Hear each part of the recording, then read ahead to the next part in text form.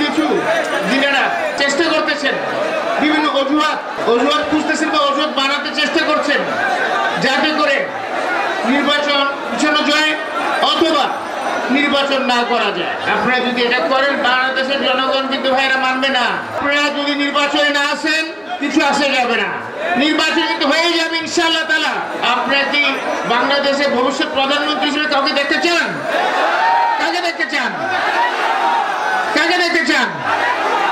আবার বলেন, দুই হাত তুলে বলেন। আমি অত্যন্ত নির্যাতিত, সারাদিন সাহেবও নির্যাতিত। আমি বলি ভাইরা, আমরা নির্যাতিত ঠিক আছে, কিন্তু আমাদের চেয়ে বহু গুণে বেশি নির্যাতিত হচ্ছেন আমাদের দেশনেত্রী, আমাদের প্রাণপ্রিয় নেত্রী, গণতন্ত্রের নেত্রী, 3 বারের মাননীয় প্রধানমন্ত্রী বেগম খালেদা জিয়া এবং ওনার পরিবার।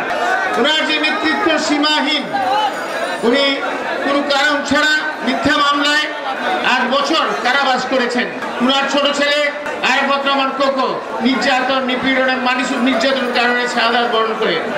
ওনার বড় ছেলে আমাদের অ্যাক্টিং চেয়ারম্যান, যিনি আমাদের আজকে এই দলের হাল ধরে আছেন, তিনি প্রবাসে নির্বাসিত অবস্থায় আছেন, 18 বছর প্রায় হয়ে গেল। এবং ওনাকে আমাদের নেতৃত্বে ওনার নিজস্ব বাসা থেকে উচ্ছেদ করা হয়েছিল। ওনার চেয়ে বেশি নির্যাতিত কেউ আছে বাংলাদেশে ভাই? তো আমরা ওনার জন্য দোয়া করি, আমার নেত্রীর জন্য আর আমার নেতার জন্য এটুকু বলবো। ওয়ালটন এখন দেশের সীমানা পেরিয়ে পৌঁছে গিয়েছে 50টিরও বেশি দেশে। ওয়ালটন, ঘরে ঘরে, বিশ্বজুড়ে। আপনারা কি বাংলাদেশের ভবিষ্যৎ প্রধানমন্ত্রী হিসেবে কাউকে দেখতে চান? কাকে দেখতে চান? কাকে দেখতে চান? আবার বলেন, দুই হাত তুলে বলেন। আলহামদুলিল্লাহ, আলহামদুলিল্লাহ, আল্লাহু আকবার।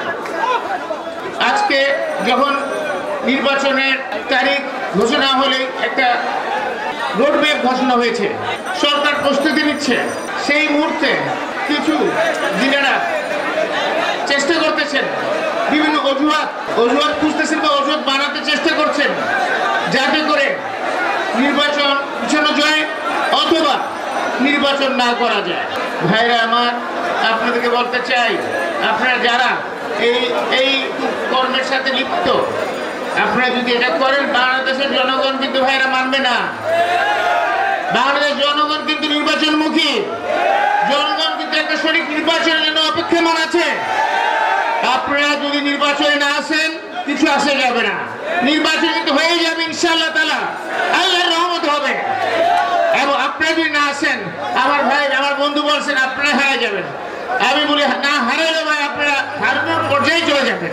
আমি অতটুকু বললাম না, কিন্তু আমি সেই সাথে সরকারের প্রতি আহ্বান করব, আইন শৃঙ্খলা পরিস্থিতির প্রতিদিনই অনেক বিভিন্নভাবে বিশৃঙ্খল অবস্থায় যাচ্ছে, সেটা দেখার জন্য সামনে আজকে আমাদের সম্মেলনে দ্বীপবার্ষিক সম্মেলন দেরিতে হলো 11 বছর পরে হচ্ছে ইনশাআল্লাহ তাআলা।